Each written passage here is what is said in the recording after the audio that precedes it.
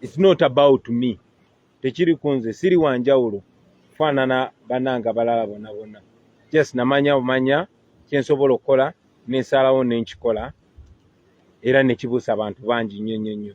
Omuntu atufuga yali yasiruwaza dda abantu yasooka n'afufugaza bonna abaasoma baprofesa abaani n'atunula ni agenda okunwanyisa n'amunyiga abalala yabatta busi abalala n'abaasiraanya abalala n'abakompromisinga abalala n'abazisa emisango nga buli wovaayo okwogera amazima nga kugira olaba guno omusango gwe wazza ng'oyasirika naye kati neesanga nga nze tanyinaako kakwate emyaka gyange gyonna egy'obuvubuka talina wayinza kugirayo nti Bobi Wine yazza omusango guno yakola kino ekikoberoberu yakola ki so nantya nnyo ate bannayuganda ne bampagira so kati n'alubuuka nze ekigendererwa kyange kyali kyakulaga baana bageto nti muli baakabi oba owakanya olaba kyenva nagamba ebigambo oba owulira biwakanya eyo labira ku Kyagulanyi so kakati bwe nayimuka baana bageto bangi ne bayimuka ng'engeri yokka gye basobola okukola ya mirundi ebiri esooka yakugulirira banno n'ogamba mugeto ani mukwano gwe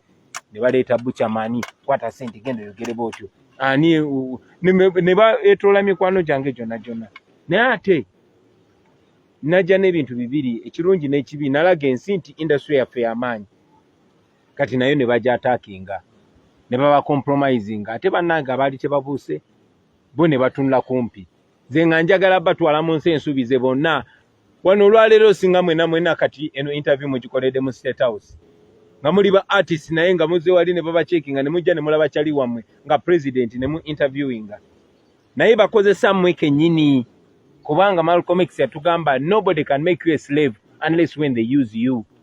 Abazungu bajja ano okutuwamba bakozesanga baddugavu bannaffe ne bafuna mwani alina influence ano genda olwanyisa oli mwanga gezaako ko genda olwanyise Kabalega n'ebirala bifaanana bwe bityo so nena kyemalira akozesa abo ba artist banno abayina influence akozesa abo bantu banno abayina influence akozesa abo ba bloggers akozesa abantu abali influential so weesanga ng'okulwanyisa Bobi Wine mulimu gw'amaanyi nnyo kubanga Bobi Wine agoboli eyababba nja kumaliza nga nkuwa analogy eno nti bwe tubeera nga tulina ssente zaffe omuntu n'azibba bwe tulina ekisawo wano kyaffe n'akikaba n'atandika ne tumugoba ajjamu obw'omutwalo ng'agenda asuula kati bwe muba basiru mudumira ku bw'omutwalo omu ye ngadduka okitegeera kati nze mulemeddeko mufata bakyali banga baali badde banyambako okufata Museveni tumusuuza ebyaffe bo bali mu kukujubalira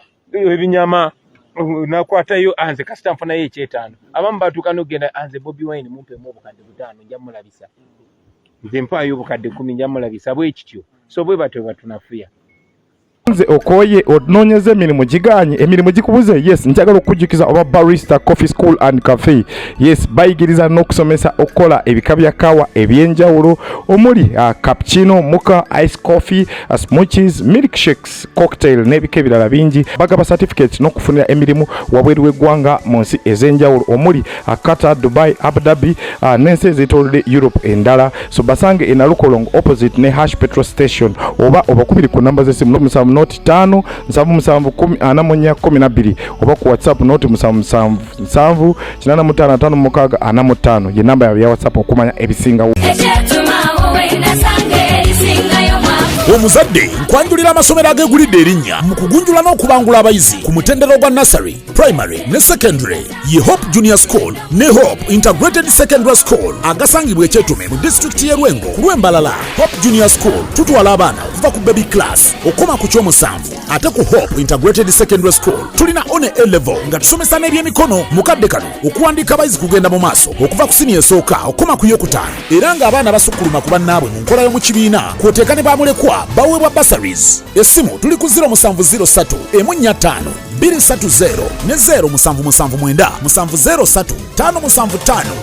aba Kisoboka Furniture Center beba kabaka mu kutunda n'okukola sofa sets ez'enjawulo omuli ebikanga German beds, tiles, bakola wardrobes, sideboards, office ne school decors kosa dining tables. Gwali okumpi newala tukola deliveries n'ogaba discounts ku buli kyogula kosa n'okusomesa abayizi. Tusange ku Entebbe Road ezana mu kiko oba tukubireko ku note 7 note 4 37 0379 oba ku WhatsApp yaffe note 782 3 8 8 Kisoboka Furniture eyimiridde ekyo kubanga bw'oyogera nabo balaga mu byaddala tebalina nnyo buzibu nabo ate naawe olaga tolina nnyo buzibu nabo era ngenda gattamu ne Mayinja kubanga omanyiddwa olw'okuba nti ow'ekitiibwa buli muntu naye Mayinja yagamba Kyagulanyi buli lwansanga ndowooza ankolamu ka komedi kuba bwe okubeera ffenna mu kusika kwa mama Mesach bamugamba Mayinja nsaddamu kukulaba ewakoma awo n'omwana ebbale kyetamutuuka kati njagala manya abantu abo okwatagana otya nabo individual era standi egyecha ku buli muntu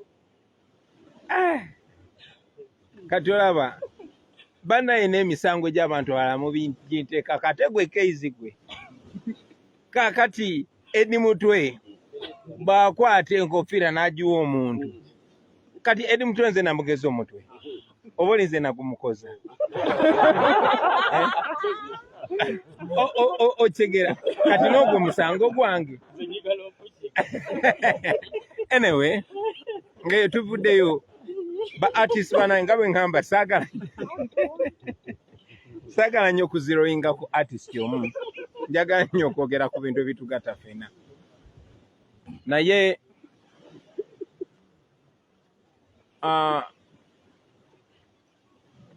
fenga ba artist tuli basomesa era Katonda yatuwa amaloboozi gano tugakozese nesi katala oyinza odikozesa okuyamba bano oba notosobola dikozesa so wabawo ebintu ebitugatta ennyo kati ebiruubirirwa byennyina ne bannange Banubiani ba Dan Magic ba Devi ba Edi Mutwe ba Apasi ba Young Mulo ba Daxi Vibes ba Zexi bani jebiri nate waliwo n'ebiri historical nti gondi twakula naye twayimbanga twavuganyanga nnyo ne Chameleon ne Baby Cool but that is 20 years ago toyinza kuŋŋamba ngetinge stuck in 20 years ago no naye toli ayinza okusalawo nagetinga stuck there. I mean growing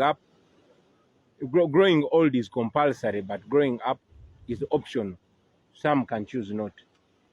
So wabawo ekitugatta of course tukwatagana bannange mbawanye ekitiibwa nga bo n'ebiseera ebisinga twesanga ng'obubaka tuwa bwanjawulo obanga ebintu biraba mu ngeri yanjawulo nze ndaba nti abantu engeri gye bansitudde ne bambeererawo ne banfuula buli kimu ne bampa buli kimu right from my ghetto days to today ndaba nga kinkakatako okozesa eddoboozi lyange okwogera ekyo okuyamba abantu bange ate munnange ayinza okuba yesi kyekikola kyekimukwatako so tusigala tusinkana ku bitugatta musinkanye ku pate musinkanye ku show ya muntu ne mubuziganyako ng'abantu ne munnange bimwogerako sometimes bikendera tekitegeeza nti mubeera balabe no naye mubeera ne priorities ez'enjawulo so that is the relationship with my fellow artists. Of course many of you have omukyalo ono yalowooza nti oba oli awo nandibadde more of their spokesperson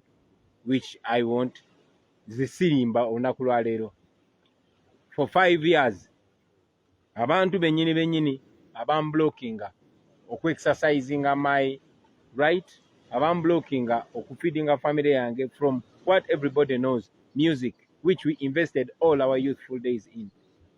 I've not heard the voice of my brothers stand with me when such an injustice is being orchestrated on me. As a matter of fact, ate abantu bebatembeeta zate bebanzijeko eddembe lyange.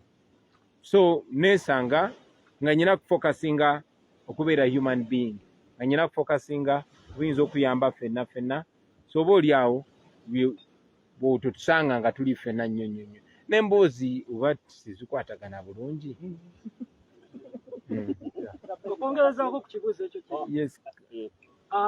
Wetwogera ku the big three. Mwina bye mwali mwesuubiza emyaka 2 emabega nga mmwe bwe mwaliko ng'abasatu kyakwatagana. What do you call the big three? I think you must not disrespect the industry. You cannot reduce Uganda's music industry to only 3 people. Mukuba ffe twasookawo nayimba abamu tebalina bakuzaalibwa. Nayimba kagoma nga Dax Vibes oba ali mu napi ngoba Fefe Busi tanatandika na P1 kati nabo basita. So temukakanya industry ya Uganda mujewe ebintu bya Museveni byokwe nze nasoose wano kakati no abaana balungi ba kabi bali talented mubawe chance. Okay, Uganda has more than 100 big artists. Kongamba and big 3. What do you call big 3? Bebe bani abo lwaki obanteekamu okitegeera kye ngamba biki bye twesuubiza twalinga tuvuganyanga okuva edda kati oyinza otya okundeetera waliwo omwana gwe twalananga naye paatwe waka yansanga ng'asula miguna gagwe Kyagulanyi nakubanga n'okubanga oli muto oli kyali wange yimiriro ontwaleko ningagwe kyali nkuteekemu esikali lyange kubanga twalananga nawe nga tuli bato kati tosobola kuŋŋamba saa zino ndi president wa Uganda ya award oli president oyina kyaliwo gwe mwejereganga naye ku luzzi. I mean, we must be able to grow past that. At least nze nganze saasuubiza muntu yenna nti sijja kukula. Sina gwe nasuubiza nti sijja kuva ku level eyo, no. I mean, we grow every day. That encouraging ba artist. Kula ne bokula nabo. Obongo bo bwe transforming n'otandika kukula ebintu mu ngeri endala. Move with those that are moving with you. Be sure nti buli wokula mu nsi buli wo transforming buli woyiga ebipya. You're going to lose some friends.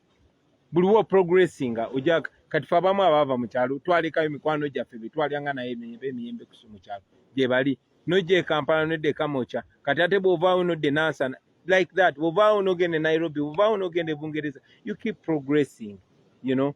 Bano obolese mabega tobeerabira sigala ng'obawa ekitiibwa buli we bakwetaaze sigala nga naawe obeera useful to them but grow, please grow.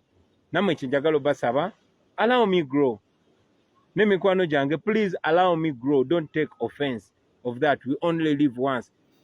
We are in our 40s. I'm 41 years old. Katabana bange bansinga n'obukulu. Bakuze, I mean n'obuwanvu. So we must be able to grow. Yes, Kakala. Mchalo likasoke. No, Kakala, erinnya linnyumira.